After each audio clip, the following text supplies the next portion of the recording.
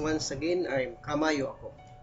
Now, our topic is about a text function. So before that, I need to put some data just to show you how this function execute.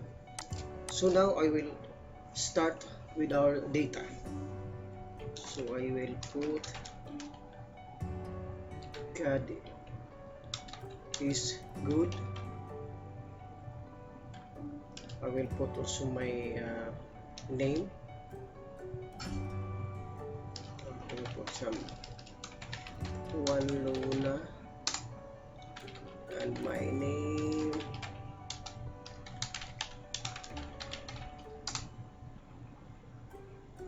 I'm from Mindanao,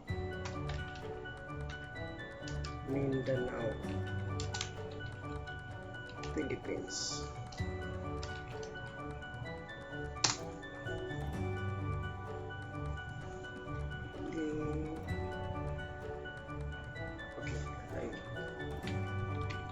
Now I will put our three function like a lower,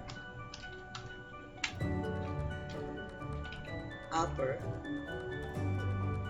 and proper function. This lower, upper, and proper are text function. This lower function changes the alphabetical character into lower case. This upper function changes the alphabetical character into uppercase, and also proper change alphabetical to proper case. So the first character of each word will start with uppercase and the rest are lowercase. Okay, we will start to use this three text function.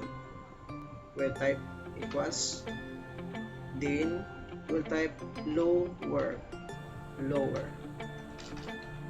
yes, then select tab, then select the text, then hit enter. A lower function changes all alphabetical character into lowercase. So here it's showing God is good. You will notice that God start with upper case. Look, God. So now since we are using a lower function, so instead of capital, begin with a capital letter. Now it's God is with a small letter. We'll go with upper function. So we'll type equals, then upper, select this text, our text, then hit enter. So look, upper function changes all our alphabetical character into uppercase, and proper function, we'll select proper function, select tab, then select our text, then hit enter. Okay, look, this proper function change all alphabetical character. Start with the first word, begin with uppercase. So God is good. So this proper case are very useful, especially names. Okay. So now we'll copy this. Since we put already functions, if I copy this one, look, change all our data based on our text function. So this is how useful,